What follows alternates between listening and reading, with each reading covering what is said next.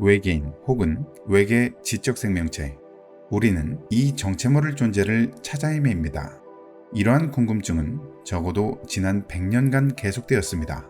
1898년에 나온 허버트 조지 웰스의 우주전쟁에 지구를 침공하러 온 화성인이 등장하고, 이를 시작으로 지금에 이르기까지 수많은 미디어의 상상 속의 외계인들이 마치 실제하듯 그려져 왔으니 말이죠. 우리는 도대체 왜 외계인을 찾는 걸까요? 개인적으로는 인간의 근원적인 고독감이 이유인 것 같습니다. 이 거대한 우주 안에 인류만 있다는 것이 견딜 수 없는 것이죠. 우주의 규모를 생각하면 조금은 이해가 되는데요. 빛의 속도를 무려 130억 년을 달려야 겨우 끝까지 갈 수 있다고 하니 말이죠. 거대하다는 말로도 표현하기 힘든 이 우주 안에 지구 생명체만 존재한다면 그보다 더 깊은 고독감이 있을까요? 제가 정말 좋아하는 천문학자 칼 세이건도 자신의 저서 코스모스에서 이런 말을 남긴 적이 있습니다.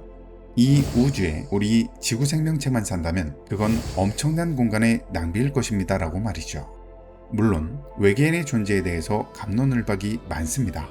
아직까지 발견되지 않았으니 존재하지 않는다. 우주의 규모를 생각하면 당연히 있을 것이다 라는 식으로 말이죠.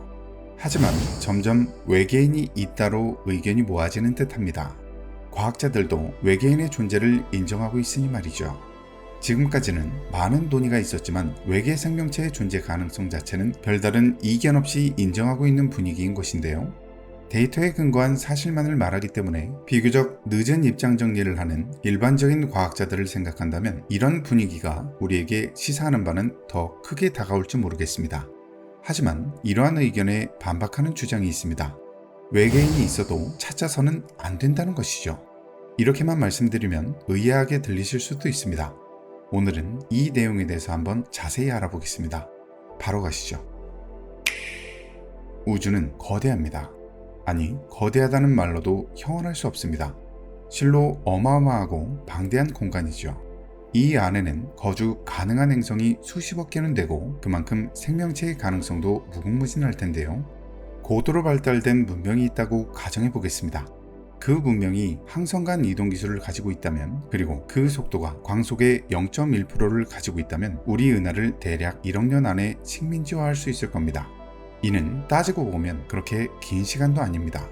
우리 은하 내 가장 오래된 별의 나이가 132억 살이니 말이죠.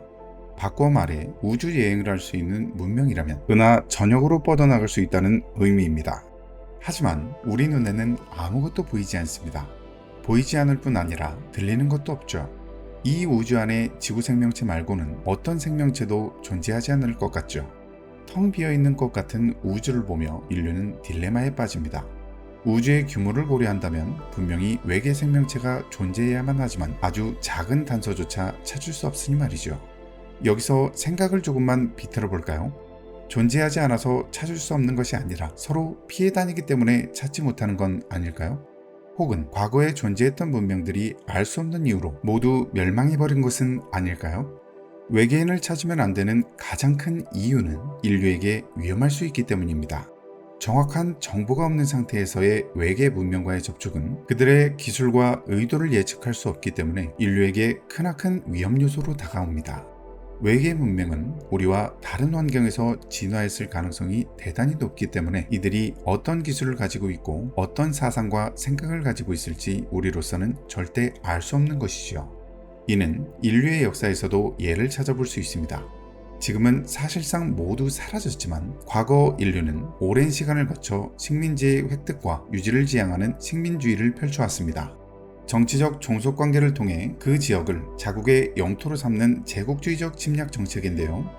1532년 스페인의 일종의 탐험가였던 곤살로 피사로는 여러 원정을 다니다 파나마 남쪽의 황금 제국에 대한 정보를 얻고 지금의 잉카 제국으로 향합니다. 그리고 그곳에서 아타우알파 왕제를 만나는데요. 아타우알파 왕제에게 이들은 일개 도적대에 불과했습니다. 병력이라고 해봐야 고작 168명뿐이었고 험준한 안데스 산맥을 넘어왔기 때문에 외관도 볼품없었기 때문이죠. 그래서였을까요? 아타우알파는 나름대로 호의를 가지고 곤살로 피사로 일행을 환영해 주었는데요. 하지만 이때부터 아타우알파에게 비극이 시작됩니다. 천만 명의 신민을 다스리던 아타후알파는 포로가 되고 제국 각지에 모아두었던 황금은 강탈당해버립니다. 여기서 끝이 아닙니다. 아타후알파의 황금을 빼앗던 곤살로는 끝내 그를 처형하게 이르죠. 이는 잉카 제국에게도 큰 비극이었습니다. 황제를 잃었을 뿐 아니라 온갖 수탈을 당하고 곤살로 일행이 가지고 온 정체물을 균에 의해 면역체계가 없던 신민들에게 전염병까지 돌아 멸망으로 한 걸음 더 다가갔으니 말이죠. 정체물을 외계인을 맞닥뜨렸을 때의 인류의 모습이 그때의 잉카 제국인들과 크게 다르지 않을 수 있습니다. 다시 한번 말씀드리지만 그들의 기술적, 윤리적 기준이 우리와는 전혀 다를 테니 말이죠. 인류의 안전을 위해서라도 우주에서 외계인을 찾는 과정을 더욱 조심스럽게 진행해야 하는 이유일 겁니다. 외계인을 찾는데 더 조심해야 하는 이유가 있습니다.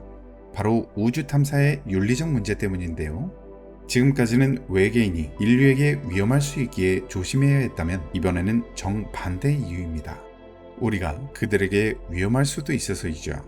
우리 인류가 앞서 말씀드렸던 곤살로 같은 존재가 될 수 있다는 것인데요. 우주는 매우 광활한 공간입니다. 그런 공간 속에 존재하고 있을 문명이 반드시 인류 문명보다 앞설 것이라는 그 어떤 보장과 약속도 없습니다. 예를 들어 인류의 철기 문명에 해당하는 수준의 지적 능력과 문명을 가지고 있을 수도 있고 산업혁명 시기에 해당하는 수준의 문명을 가지고 있을 수도 있는 것이죠. 우리 인류가 그들을 파괴하려는 의도가 없다고 해도 전혀 다른 문명이 나타났을 때 어떤 상황이 펼쳐질지는 그 어떤 누구도 함부로 단언할 수 없을 겁니다. 반복해서 말씀드리지만 우리는 외계 문명의 문화, 가치관, 윤리, 기술에 대한 정확한 이해를 가지는 것이 불가능합니다. 그렇게 문화의 충돌, 가치관의 충돌, 더 나아가 기술적 오용의 위험이 존재할 수 있는 것이죠. 오늘은 외계인을 찾으면 안 되는 이유에 대해 말씀드렸습니다. 하지만 그렇다고 해서 외계 생명체 탐구를 중단해야 된다는 의미는 아니었습니다. 오히려 우주에서의 탐사를 통해 다양한 행성을 탐구하고 그 안에서 생명체를 발견해 과학적 지평을 더욱 넓혀나갈 필요가 있습니다. 우주 탐사는 우리의 지식을 확장하고 새로운 생명 형태나 새로운 행성에서의 생존 가능성을 연구하는 데 도움이 되니 말이죠. 이러한 연구를 통해 인류는 우리의 존재에 대해 더 많은 정보를 얻고 더 깊은 통찰을 얻어 안전을 유지하면서도 더 많은 지식을 쌓을 수 있을 겁니다. 여러분의 생각은 어떠신가요? 여러분의 생각을 댓글로 남겨주세요. 저는 여러분의 댓글을 모두 읽고 있습니다. 더 많은 우주에 대한 비밀이 풀리는 그날에 여러분과 함께하기를 바라며 오늘의 영상 마치도록 하겠습니다. 좋아요와 구독은 영상 제작에 큰 힘이 됩니다. 지금까지 우주곰돌이였습니다. 그럼 잘 자요.